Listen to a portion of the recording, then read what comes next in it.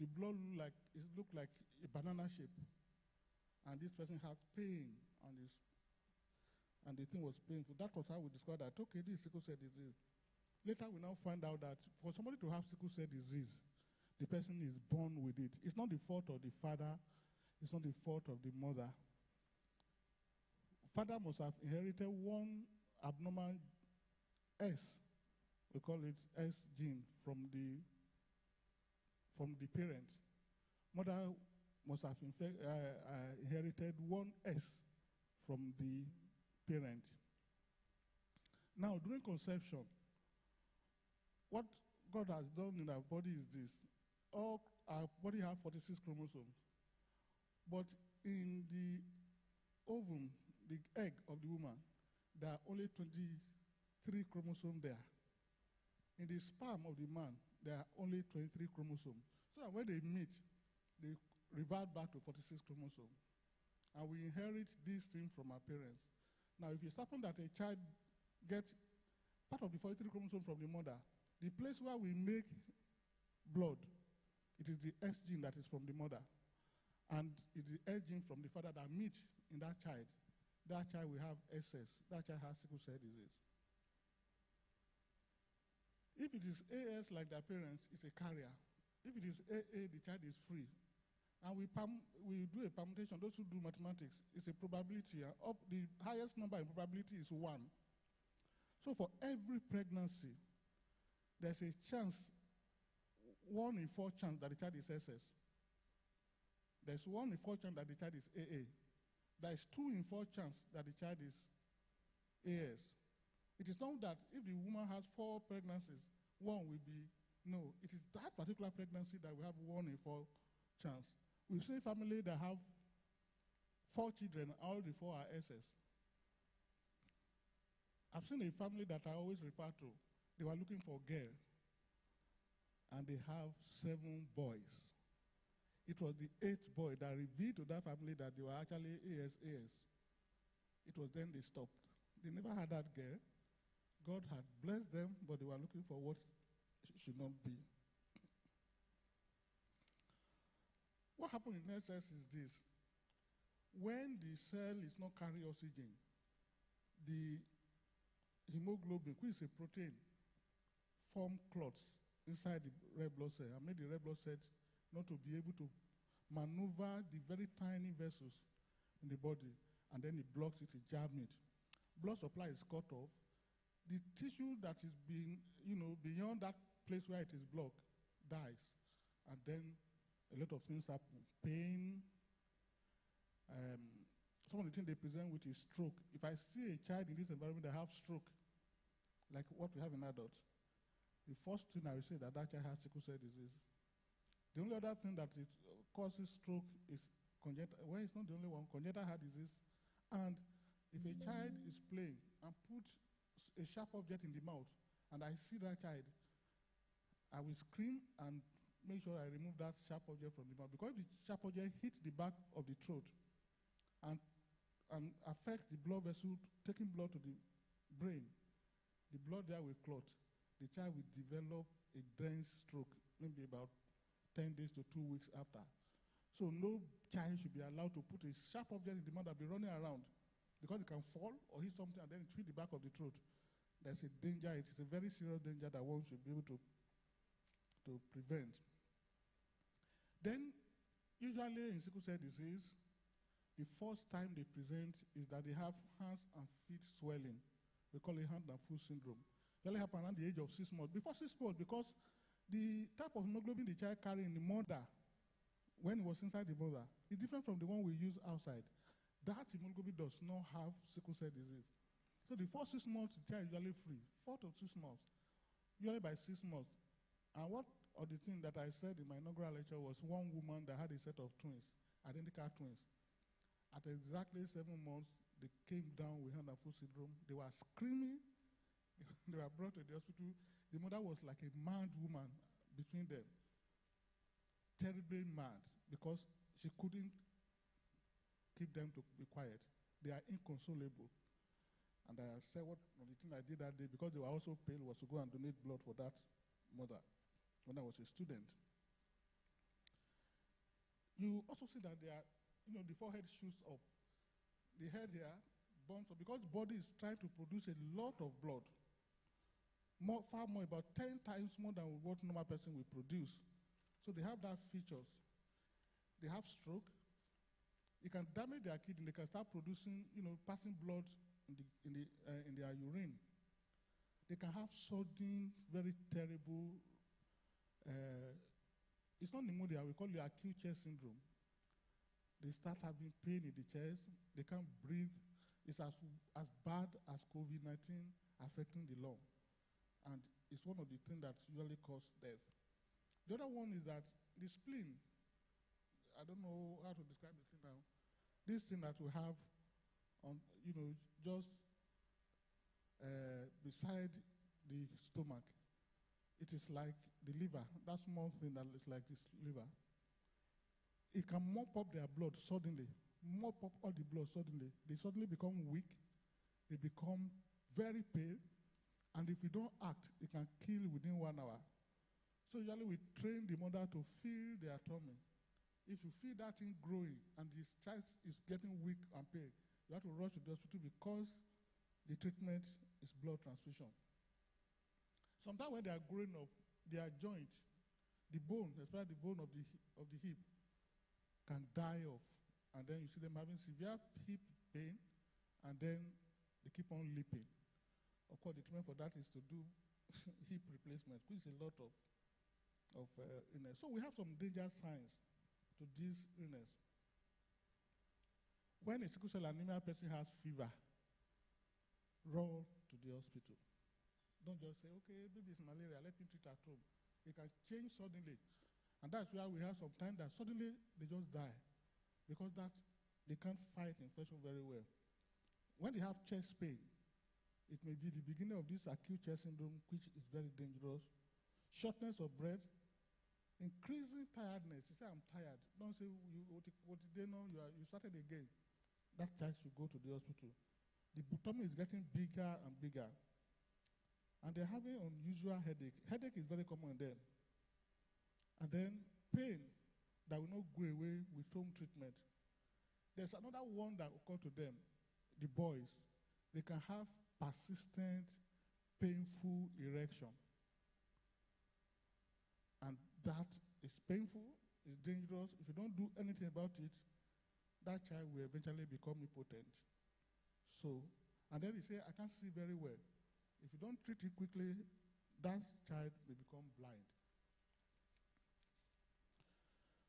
What are the things we do to prevent them from falling sick? The first is we must identify this disorder as early as possible. In countries where we have exported the disease, US, Britain, slave trade. So they exported black there, and so they are there. A lot of them are there. For all blacks, they check your hemoglobin, whether you are a carrier. Right from the time the person is pregnant, they check whether that baby, within the first 3 months of pregnancy, they check whether that baby the woman is carrying is SS or not. And the technology was available to us. We didn't maintain it in the 80s, and we lost it. Now we have to take the sample, transport it to UK, spend weeks and a lot of money to get that test done. When we first introduced in Nigeria, it was less than 20,000 naira. But the machine got broken down. We have only one. The person jackpot and everything collapsed. The person was running the machine. Or immediately after birth, we can check whether that child has sickle cell disease. There's a special way we check. Once we know, you start treatment from the period of birth. If you try to prevent infection, prevent dehydration, give them good food, many of them will survive and live very well. Last year, we lost the oldest sickle cell disease person. He was 95 years and had 4 children, a woman. So it is possible to live to old age with sickle cell if you catch it early and you start treating early and you obey most of the rules. We encourage sickle cell disorder patients to drink as much as possible every day. I said drink fluids I didn't say drink water. You can get tired of drinking water. So you can drink fruit juice. You can drink even carbonated drink. If you want to give it to them, we shake out the fluid so that the gas is out. So we encourage them to drink as much as possible. They must be immunized. All immunization should be taken plus extra to prevent one condition we call pneumococcal infection. That pneumococcal infection, it can kill a sickle cell disorder person in 24 hours. But there's vaccine for it now. The other way we present it, that we put them on penicillin by mouth until they are at least 5 years old. People like me, I leave it until they say they are tired of taking it. I don't stop it because our environment is not very good. We give them some supplements, folic acid, because they make blood about 10 times ordinary people, so they can easily exhaust their folic acid level. In fact, we don't store folic acid in the body. So if you take folic acid and you take 10 milligrams, you are wasting your time. We only need about 2 micrograms a day. So it's better you take it every day to be able to have enough. We give them anti-malaria prophylaxis for life, because malaria is one of the greatest killers. So if we're able to do this, and then they go to clinic regularly, I will mention some of the things they have to do when they go to clinic, then the child has a very good chance of living. The other thing we try to do is that whenever they have infection, especially fever, or the parent notice any abnormal thing, they should go to hospital immediately. A sickle cell disease patient must have his or her own doctor who knows his or her history, and they see them regularly. Usually we see them about 3 or 4 times a year if they have no problem. And we tell them, if you have a problem, come, even when it's not your appointment day. It is very rare for you to say, you see somebody with sickle cell disease and they go to emergency and they say, I'm sick, and somebody will they will say, sit down there, let me see you and make sure that you are not sick. You should manage pain very well. They have a lot of pain. This pain is falling. The place is not swollen. The place is not hot. Yet there's excruciating bone pain. It is like a rat eating your bone. It is very serious. And every person with sickle cell disorder must be able to manage the pain at home without getting to hospital. If 24 hours after the pain is still there, then you should get to hospital. We should know how to give. For example, paracetamol, for example, if you ask everybody how you say you take it 3 times a day. That's not how we take paracetamol. For sickle cell disease patient, you should take it 4 to 6 hourly. About 4 to 6 times a day. And in developed country, they will do what we call patient control anesthesia. When the person is old enough, they put a line there. They give them morphine. They can inject them. Once they feel pain, we grade the pain. When they say, I'm feeling pain, you give it. There was a time in Lagos, I think about 10 years ago, one lady hanged herself because of this pain. The parents said they were tired of the pain. She was having pain. They left her at home. When they came back, she had hung herself. They said, okay, let me relieve you of my disturbance. Let me go and rest. So we should treat them with compassion. We should treat them with love. Nutrition and fluid is very important. You give them good food to eat. Now, when we see most sickle cell disease from well-to-do family, you don't see them being tiny and skinny because they are feeding very well. When they are feeding very well, they have no problem. So when they go to us, what do we do? Almost 2 times a year, we check their blood level. When they come to us, there's nothing wrong with them, but we take their blood, we check, and make sure everything is okay. We do special typing for them so that when they need blood, we know what type of blood we give. We check their liver and kidney function because they can get damaged every year. We check their urine because they can start producing protein in the urine when the kidney is being damaged, and we don't want that to happen. We know that that can kill them. We do chest X-ray for them every 3 years. Every 3 years, we examine their eyes when they're from 5 years. And there's a test we call transcranial Doppler. Now, this transcranial Doppler was developed to see whether we can prevent stroke in them. Stroke is one of the most damaging things a sickle cell anemia patient can have. I had seen a child who had a stroke and they brought to the hospital. 12 hours later, I had another stroke. Within 40 hours, I had 2 other strokes and became bedridden till today.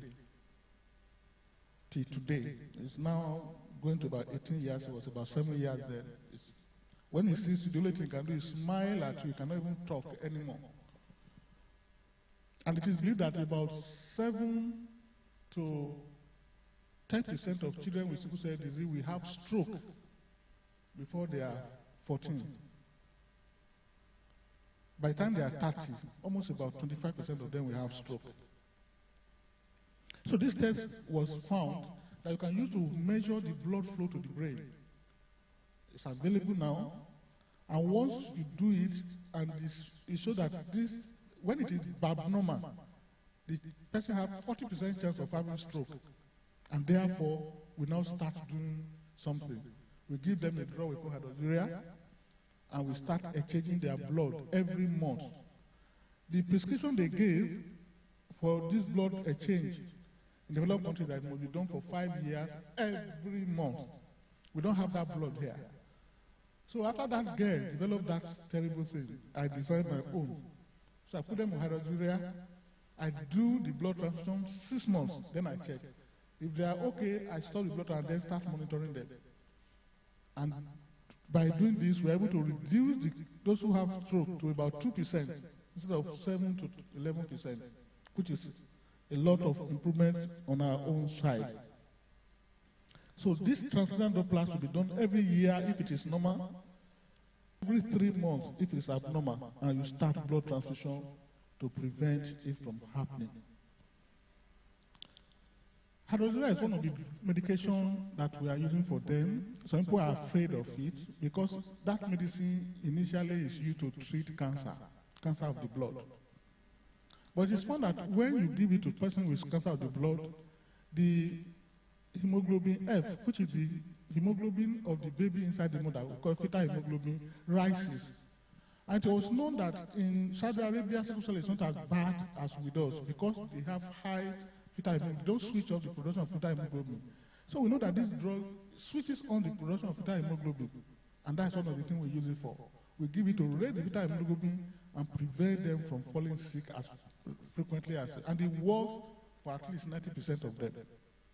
So we are not afraid of the drug. Our fear is that, okay, can we damage a baby if the woman is pregnant, when they start getting pregnant? For now, the drug has been fantastic. We are also working on other drugs in the environment, like Celebrant, because we found that some amino acid, some protein, help, L-arginine, and one bean called Kajanikajan, the white small bean that is very difficult to cook, that is hard to cook. Somebody discovered that when sickle cell anemia patients eat it regularly, they don't have pain. And we found out that it is rich in some amino acids like phenylalanine. It has been made into a form of drug now by NIMET called Celebrant. In fact, one child that was having this priapism in the last 2 months, I put the child on it. And when I saw the child on Tuesday, that painful erection, the thing has gone. So we can actually get something in our environment that can help sickle cell disease. I think I should stop here. Whether some people want to. Well, the other thing I want to say is that we treatment before, people with sickle cell disease don't live, maybe about 10% of them live to see their 20th birthday. Now, averagely, they are living in developed countries to about 56 years. And the average lifespan in Nigeria is 52 years. So you can see that in those countries, they have improved so much that they are living well.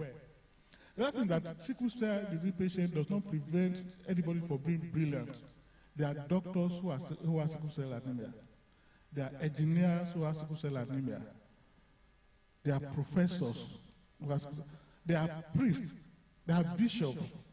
Even in our communion, they have sickle cell anemia. So a person with sickle cell anemia can achieve anything once we take care of them, except we don't want them to be soldiers. We don't want them to be airport pilots. because they can have pain suddenly and they can lose control. We don't want them to be policemen, because extreme of weather, too cold or too hot, or excessive stress can bring crisis on.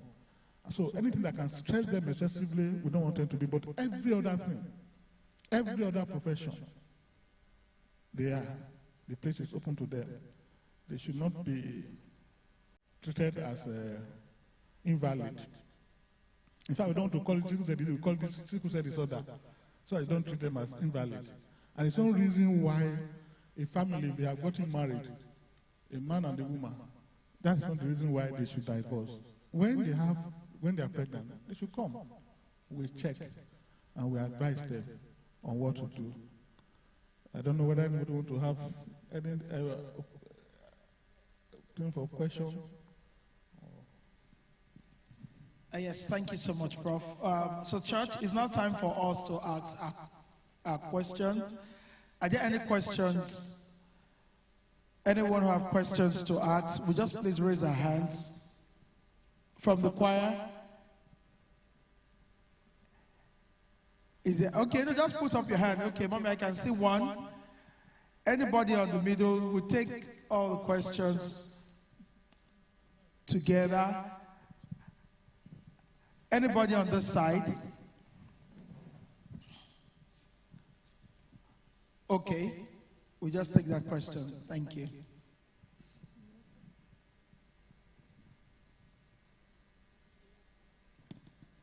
Hello, sir. Please, sir. My child is a sickle cell, but there is pain. We do go to Bassey Children's Hospital, but she's over age now. Once you are 18, we will not be using there, but they instruct us to go to General Hospital, Lagos. But because of the problem of road something, we want to find, maybe go to Idiaraba to register. So, but now, the thing is hooking in by the side here. And it's working. It's not working very well. So, all other things that you said, they are, but it's overcoming it. Pain in the leg, swelling up. If he walks, stress himself. So that one, but now the hooking is from here now, the side. So it's not working. He's around now. He can talk to you. No problem. That thing, that not working well, is what I said. The head of the long bone is dying. So they are collapsing. And when you walk, it has pain. When you bend, it has pain. You need to see an orthopedic surgeon as fast as possible, because there's something they can do to slow it down. Is it on hydroxyurea? You know, by the time I see some of them are having a little, we are starting hydroxyurea long ago. You can come to, I don't know where you live. Where do you live? Lut is there for you to come. National Sickle Cell Center is there for you, ma'am, to come. So we gladly welcome you and take over the treatment. So I want to make a comment for the young ones, please. When it comes to marriage, it is almost, so people say we should legislate that an AS must not marry an AS. That should be an offense. It is not possible. The population of AS in Nigeria is about 50 million. That is more than the population of Ghana, Togo, Benin Republic put together. How do you want to prevent those people from getting married? It's almost impossible. Number two, our laboratories are not very good. They make errors in making diagnosis. Many people don't know their genotype, and many have been giving wrong results. I've seen an SS who had a child with SS. When the child has SS, they care. No, they have been giving I say, you, the way I look at you, with your yellow eye, with your bumpy head, you are SS. He said, no, I said, I will give my salary if you are not SS. And we ran it in Lut, and it was SS. It broke down. I said, how can I tell my mother-in-law? Everybody has said, I said, well, you're having pain from time to time. Yes, but they say it's rheumatism. It is not. So there's a lot of wrong diagnosis in our environment. So when you want to, the young people, in fact, everybody should know their genotype. Let us encourage our children to go to proper hospital where they will do the genotype. National Sickle Cell Foundation will do it, and they have very nice listing. Let them know their genotype when they are very young. Let them start taking steps to see who can I. It's a free thing. But if they eventually decide that I'm going to marry this person who is AS and I'm AS, then from the first pregnancy, you start checking and start taking action on it. SS, I want to advise SS to go and marry AS or AC. Run away. Because you cannot be falling sick, they admit you in hospital, then they admit your child in hospital at the same time. That pressure will be too much. It's better for SS to get an AA. There's another A that we have. You see, we have A from our father, A from our mother, or S from our father, S from our mother. Sometimes there's a genetic damage, and the A in one parent is not producing. It's only one. So if the empty cartridge is the one that was given to a child, the child will have only one S. We call them S beta thalassemia. They will still present like SS. And so you can be AA sometimes, you go and marry an AS, and then you have a sickle cell anemia child, because you have only one A, which is called A beta thalassemia. We have a little way of knowing if we do some tests. Otherwise, you go and do DNA profiling and all that kind of, which is more expensive. But we have a small way, determine the hemoglobin A2 in the blood. If it's more than 3.5, that person has 3.5% of the hemoglobin. That person has beta thalassemia to avoid another person who has AS. Otherwise, they will have a sickle cell anemia child. So all our young people should know their genotype. They must open their eyes when they are choosing their partner. Their love must not be blind before they that's what I said. Love must not be blind when you are choosing. Your love must shine its eye, because the trauma sometimes can be quite devastating. So choose well and let everybody know their genotype from a good lab. Don't just walk to any lab. Go to LUT, go to General Hospital, go to Sickle Cell Foundation. That place is well set up to make a diagnosis of your genotype. And then from there, you can decide what to do. You have the freedom to choose an AS if you are AS. But if you are SS, I won't advise you to choose AS, because that can be very, very traumatizing when you are in hospital and your child is also in hospital at the same time. Your partner will break down, whether it's a man or a woman. Thank you very much.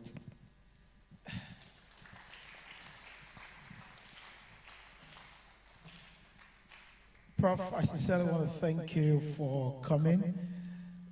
Professor Temiye, the son, also Dr. Kunle Temiye, and the wife, Dr. Mrs., were part of us before the Japa syndrome.